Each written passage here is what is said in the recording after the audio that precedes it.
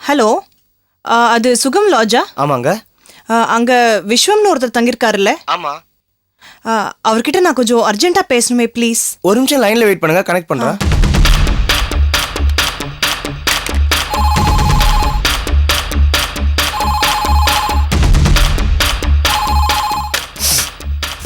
Hello. Hello.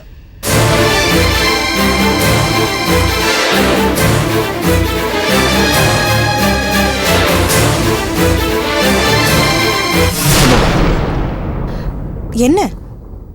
யார்கிட்ட பேசிட்டு இருக்க? இல்ல, என் ஃப்ரெண்டுக்கு ஃபோன் பண்ணேன். சொல்ல மறந்துட்டேன். கிச்சன்ல உனக்கு காஃபி போட்டு வச்சிருக்கேன், நீ போய் எடுத்து குடியே, நான் பேசிட்டு வந்துடுறேன்.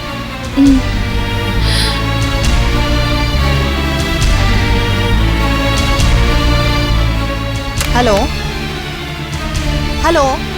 யாருப்பா போன்ல? வாங்க.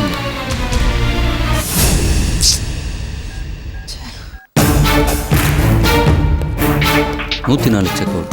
பில்லு டேய், என்ன பண்ற? பில்ல நீ போய் உட்காரு, நான் போய் பண்ணிக்கிறேன். Sir, room number 104 check out. எவ்வளோ ஆச்சு? 1800 ரூபாய் ஆச்சு. 1800ங்களா? 1800. ஹலோ. ஹலோ சார், நான் இப்போதான் கொஞ்ச நேரத்துக்கு முன்னாடி கால் பண்ணேன், லைன் கட் ஆயிடுச்சு. விஸ்வம் கிட்ட பேசணும், கொஞ்சம் மறுபடியும் கனெக்ட் பண்ணுங்களேன். ஒரு நிமிஷம். இப்பதான் செக் அவுட் பண்ணிட்டு இருக்காங்களே அவங்க. செக் அவுட் பண்றாங்களா? ஆமாமா, கொஞ்சம் இருங்க. விஸ்வா யாரு? உங்களுக்கு தான் ஃபோன். நீ இருப்ப, நான் யாருன்னு பார்க்குறேன். ஹலோ, நான் விஸ்வத்தோட அம்மா பேசுகிறேன். நான் மேகலாவோட ஃப்ரெண்டு பேசுகிறேன். சாரிம்மா, அப்படி யாரையும் எங்களுக்கு தெரியாது. திரும்ப யாராவது விஸ்வத்தை கேட்டு ஃபோன் பண்ணாங்கன்னா ஊருக்கு கிளம்பி போயிட்டாங்கன்னு சொல்லுங்க. Okay madam. Thank you sir. பாப்பா போன யாரும் ஃபோன்ல ஏதோ ராங் நம்பர். நீ வா வாங்க.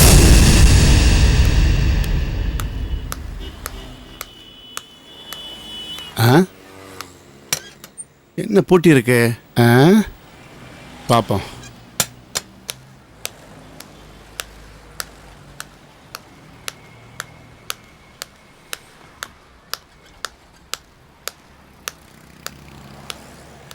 ஏங்க ஏங்க, வீட்டில் யாரு? யாரு? கொஞ்சம் வெளில வாங்கலாம், பேச்சு மட்டும் வந்திருக்கேன்.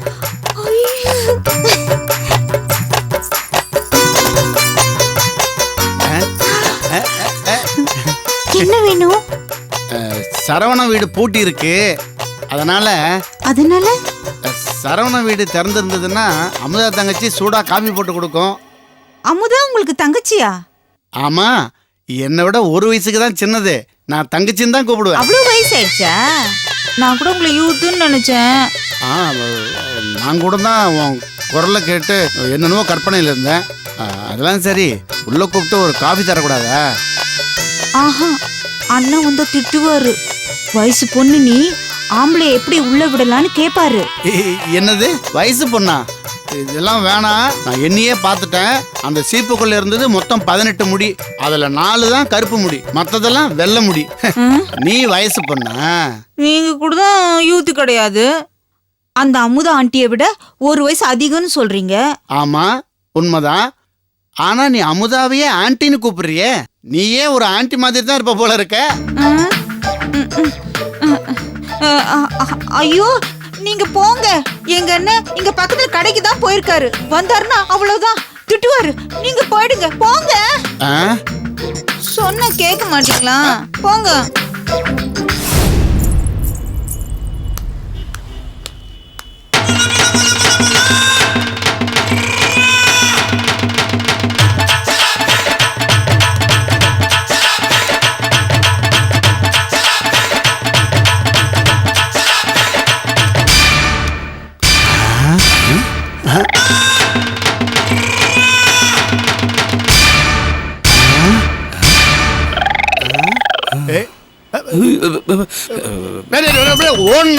ஊரை கூட்டி அசிங்கப்படுத்தி அது யாரும் பாக்குறாங்க. கத்தாரியா கைய விடியா, கால் வேணாலும் விடுறியா? அப்படியா ஃப்ராடு?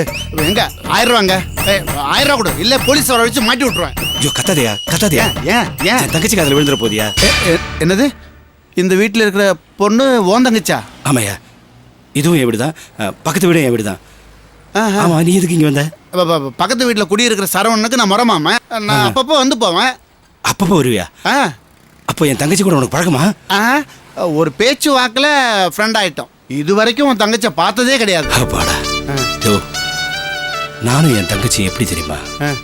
முள்ளும் மலரும் படத்துல வர ரஜினிகாந்த் ஷோபா மாதிரி. ஆ, நான் மட்டும் ஒரு ஃப்ராடுங்கிறத விட்டு சொல்லிடாது. ஆ. அப்பப்போ கையில காசு இல்லைன்னா கட்டிங் போடுறதுக்காக சின்னதா ஒரு ஃப்ராட் பண்ணுவேன். இதெல்லாம் ஒரு பொழப்பா? குடிக்க வரவனே மனசு கஷ்டத்துல 1008 பிரச்சனைகளோட நொந்து போய் வரான். அவனை போய் ஏமாத்தி திருடிட்டு வந்துட்டியே, இது தப்பு இல்ல? இல்ல, ஆ, தப்பே இல்ல. ஆ, நாம ஒரு குவார்டர் ஊத்திக்க முடியுதுன்னா ஆ. எதுவுமே தப்பு இல்ல. ஆ. குவார்டர் உள்ள போனதுக்கு அப்புறம் எந்த தப்பும் ஒரு பிரச்சனையே இல்ல. ஆ, உனக்கு வேணா பிரச்சனை இல்லாம இருக்கலாம். ஆனா பணம் பறி கொடுத்தவனுக்கு பிரச்சனைக்கு மேல பிரச்சனை தானே. இதை உன் தங்கச்சிக்கு நான் சொல்லதான் போறேன். ப்ளீஸ் ப்ளீஸ் ப்ளீஸ் ஆ? ப்ளீஸ். இந்த பார், இத்தனை நாள் வெளிகளுமே தெரியாத தேவதை மாதிரி என் தங்கச்சி வளர்த்துட்டேன். ஆஹா. நீ மட்டும் நான் ஃப்ராடுன்னு அவகிட்ட சொன்னேன்னு வச்சுக்க, ஆ. அடுத்த நிமிஷமே அவ உயிரை விட்டுருவா. என் தங்கச்சி தான் எனக்கு உலகம். அவ போயிட்டா அதுக்கு அடுத்த நிமிஷமே நானும் போயிடுவேன். ப்ளீஸ், தயவு செஞ்சு என்னை காட்டி கொடுத்துறாத. என் தங்கச்சி உனக்கு நான் அறிமுகம் பண்ணி வைக்கிறேன். ஆ, ஆ. ஓகே? ஆ, இந்த deal okay. Be a gentleman. ஆ, ஆ, ஆ. ஓகே, கம் வா ஆன். வா வா.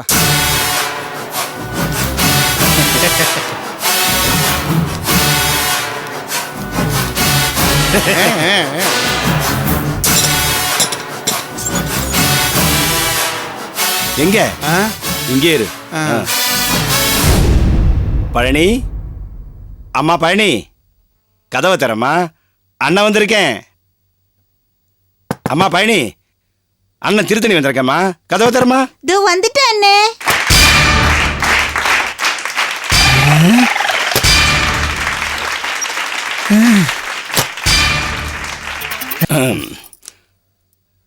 இவதான் என்னோட தங்கச்சி பழனி. ஹலோ. ஹலோ. பழனி, இவர் என்னோட உயிர் நண்பன். பேரு ஓ, பேரை சொல்லையா? பேச்சு முத்து. பேச்சு முத்து. பேச்சுமுத்து. பேச்சுமுத்து, இவ என்னோட ஒரே தங்கச்சி. நான் இவளுக்கு ஒரே அண்ணன். ஓ, நாங்க மொத்தம் 6 பேர் கூட பிறந்தவங்க. என்னையா சொல்ற? இது மாதிரி ஒரு குழப்பமான அறிமுகத்தை நான் கேட்டதே கிடையாது. கூட பிறந்தது 6 பேருங்கிற, ஆனா ஒரே அண்ணன் ஒரே தங்கச்சிங்கிற. ஒண்ணுமே புரியலையே. ஏய், முழுசா கேள்றா மூதேவி. ஆ, எங்க அப்பா பேரு பரமசிவா, அம்மா பேரு பார்வதி. ஆ. அவங்களுக்கு நாங்க 6 பேர் பிறந்தோம். முருகனோட அறுபடை வீட்டை எங்களுக்கு பேரா வச்சாங்க. ஆஹா. பழமுதிர்ச்சோலை, சாமிமலை, திருச்செந்தூர், திருப்பரங்குன்றம், திருத்தணி, பழனி. ஓ, சூப்பர். பேர் வச்சதுல மற்றவங்க எல்லாம் போய் சேர்ந்துட்டாங்க. மிஞ்சினது பிரசாதம் மாதிரி நாங்க 2 பேரும் தான். இந்த விஷயத்தை கேள்விப்பட்ட உடனே என் மனசுக்கே கஷ்டமா இருக்குடா. ஒரே அண்ணன் ஒரே தங்கச்சியா, ஒரே பாசம்தான் எங்களுக்குள்ள.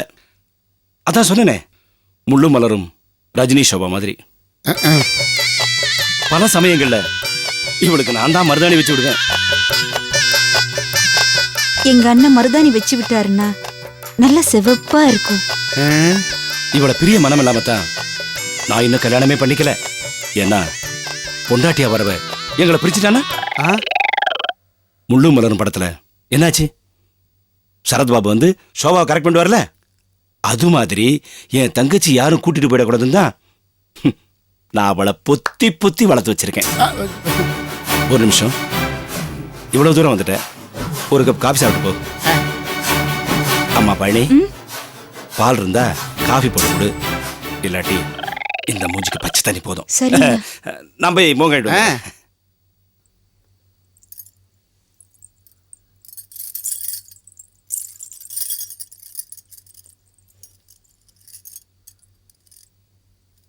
ஆன்ட்டி மாதிரி இருந்தாலும் அழகாக தான் இருக்க. நீங்க கூட ஒரு ஜாடையில சரத் பாபு மாதிரி இருக்கீங்க. இருங்க, தண்ணி கொண்டு வரேன்.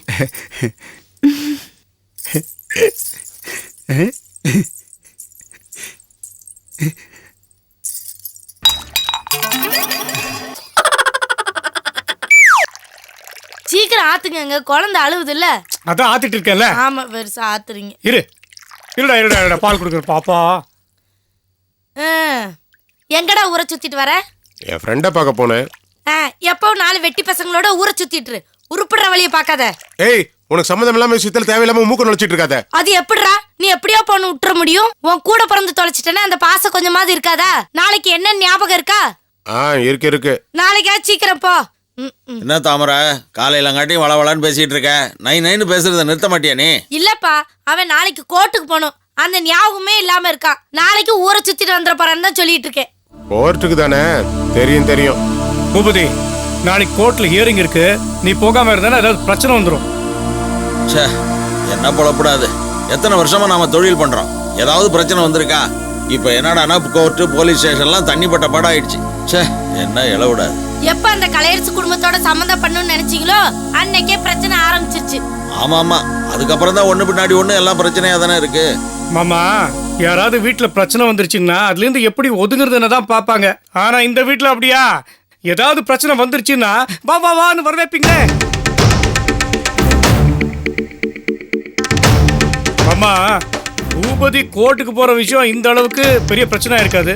திவாகர் வேற கேஸ வாபஸ் வாங்குறேன்னு கெஞ்சுனா, ஆனா பூபதி தான் வீம்பா முடியாதுன்ட்டான். இதுல அவங்கள திட்டுனா என்ன நியாயம்? இதே எத்தனை தடவை தான் சொல்லிட்டு இருப்பீங்க? பேசாம இருங்க, இது என் பிரச்சனை, நான் பாத்துக்கிறேன். இத்தனை நாள் போனதெல்லாம் விடுறா. இனிமே இந்த போலீஸ் ஸ்டேஷன், கோர்ட்டு, கேஸ் இது மாதிரி போறதெல்லாம் பிடிக்கலடா. நீங்க சொல்றது கரெக்டு தான் மாமா. இதே மாதிரி இருந்தா நம்ம தொழிலுக்கு தான் பாதிப்பு. பூபதி, இனிமேலாவது நீ பொறுப்பா இருக்கணும், புரியுதா? இப்படி ஒருத்தரை நிக்க வச்சு 4-5 பேர் கேள்வி கேட்கறது எனக்கு சுத்தமா பிடிக்கல. டேய், எல்லாரும் உன் நல்லதுக்கு தானே சொல்லிக்கிட்டு இருக்கோம். ஆமாண்டா, அந்த விஜய் பொண்ணை வேற உனக்கு பார்த்து பேசியாச்சு. அது கொஞ்சம் படிச்ச நல்ல விவரமான குடும்பமா இருக்கு. இனிமே பட்டாவது நீ கொஞ்சம் நேக்கு போக்கா நடந்துக்கிறதாண்டா நல்லது. டேய், நீயும் மற்றவங்க மாதிரி சந்தோஷமா வாழ வேண்டாமா? இப்ப என்ன என்னதான் பண்ண சொல்றீங்க? நாளைக்கு அந்த கோர்ட்டு பிரச்சனை எதுவும் இல்லாம நல்ல விதமா முடியறண்டா. அதான்டா எனக்கு வேணும். மாமா, நாளைக்கு நடக்க போற கேஸ் திவாகர் வாபஸ் வாங்குறேன்னு சொன்ன கேஸ். அதனால கோர்ட்ல அவங்க சார்பா எந்த பிரச்சனையும் வராது. அங்க நம்ம பூபதி வீராப்பா பேசாம இருந்தா போதும். மாப்பிள்ள சொன்னதை கேட்டில்லடா? அங்க திவாகரும் சக்தியும் எதுவும் பண்ண மாட்டாங்க. நீயும் எதுவும் பிரச்சனை பண்ணாம பொறுமையா இருக்கணும், புரியுதா? சரி. இங்க சரின்னு தலையாட்டிட்டு அங்க போய் ஏடா குடமா எதுவும் பண்ணி வைக்காத. பாரு, கோர்ட்டு பிரச்சனை நல்ல விதமா முடிஞ்சாதான் கல்யாண தேதியை முடிவு பண்றதுக்கு சௌரியமா இருக்கும். இல்லைன்னா அது பிரச்சனை ஆயிடும்.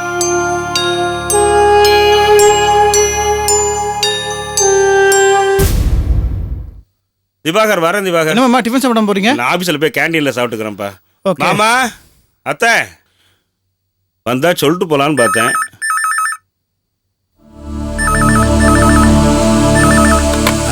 ஹலோ. ஆமா மாமா, 10 நாளா ஊர்ல Sir. இல்ல. வீடு வாசல்லாம் Yes, sir. அப்படியே கிடக்கும், போய் பார்க்கணும். பை டுடே? தாத்தா பாட்டி bye சொல்லு. Okay sir, no problem.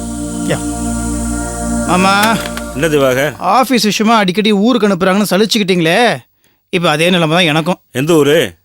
Bangalore. தாராளமா போப்பா. நான்லாம் அடிக்கடி வெளியூர் போறனால தான் கொஞ்சம் நிம்மதியா இருக்கேன். ஏங்க வாய முடுங்க. போதும் பேக வச்சுட்டு போய் ஆட்டோ பிடிச்சிட்டு வாங்க.